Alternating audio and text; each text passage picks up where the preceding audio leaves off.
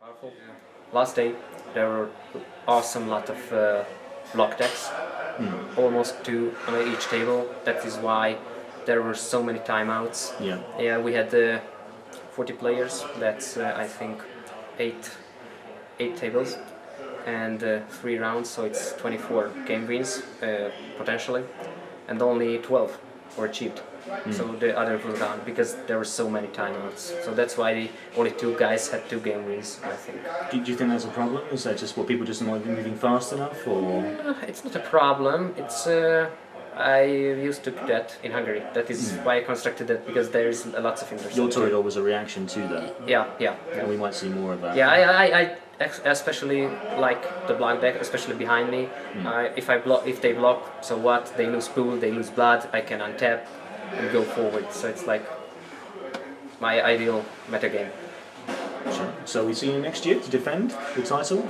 Yeah, I hope so. It's gonna be in Prague. It's much easier to achieve. So it's a cheap country. It's a nice country. A lot of beer. So it's like a lot of Hungarians will go there. So sure, that's great. I'll see you then. Thank you. Of course, attending big organised events not only gives you the opportunity to meet and compete against some of the highest ranked players in the world, but also the White Wolf staff and the people who work behind the scenes to bring VTES to the gaming community.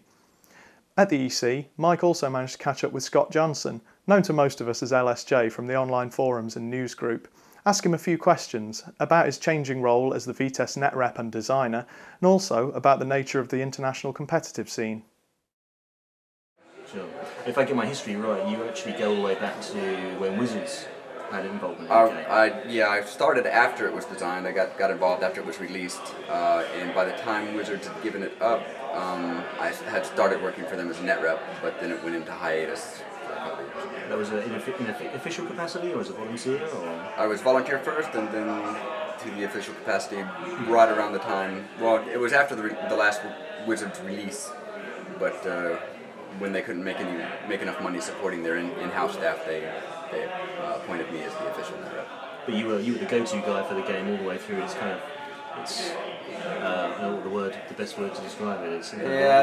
Not all the time. And the first year, slumber. The first year there was just a bunch of us on the internet who did a little chit-chatting. When they were thinking about changing the license, somebody associated with a distributor somewhere suggested that they come talk to me, since that person had seen it through the internet. And you've been with it ever since? Mm-hmm, that's right. And so how many events like this have you done? How many ECs? Well, championships generally, both sides of the pond. Probably 7. I don't remember how many we've done. 7 on the American side, and 4 or 5 on the EC side. Mm-hmm. And is that something you enjoy doing? Do you like that part of the job? Yeah. I'm a much better observer than I am a player. Do you also like getting the feedback from the players in person, or? The feedback in person doesn't seem to be always as deeply thought as the feedback online. Sure.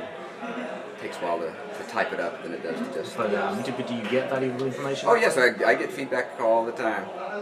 And the standard of play for this weekend, do you think it's been good? Have you seen good play? Yes, the whole weekend, even at the last chance qualifier, everybody was playing a pretty top-notch game. Any particular highlights? I saw a lot of combat the first day, a lot of intercept the second day, and today, well, I was just doing the top 40 players, so there was a pretty good spread there, not a lot of any one thing on the top 40. There's been a lot of comments about tables timing out and games generally not evolving towards the kill. Yeah, well, this venue is pretty tightly paced already. We have problems getting everybody finished in time anyway. It would be nice to have a longer time limit for at least the finals, or even every round that can afford it, but a lot of times the venue maybe a 2.5 hour or even a 3 hour round. Right. If the venue can hold it, and that's up to the organizer to... Do you think the game's going that way? Do you think it'll benefit from that? The game would benefit if the players still want to play that long, and the players don't want to time out more than they want to go home. Some interesting points there, certainly something for players and event organisers to think about in future. And so, before this year's European Championships begin in Prague on the 18th of September, we're going to be bringing you another Midnight Academy webcast, looking at some of the ideas which have been discussed since the release of the Twilight Rebellion set at the end of May, and possibly featuring this rather handsome fellow. Bye for now.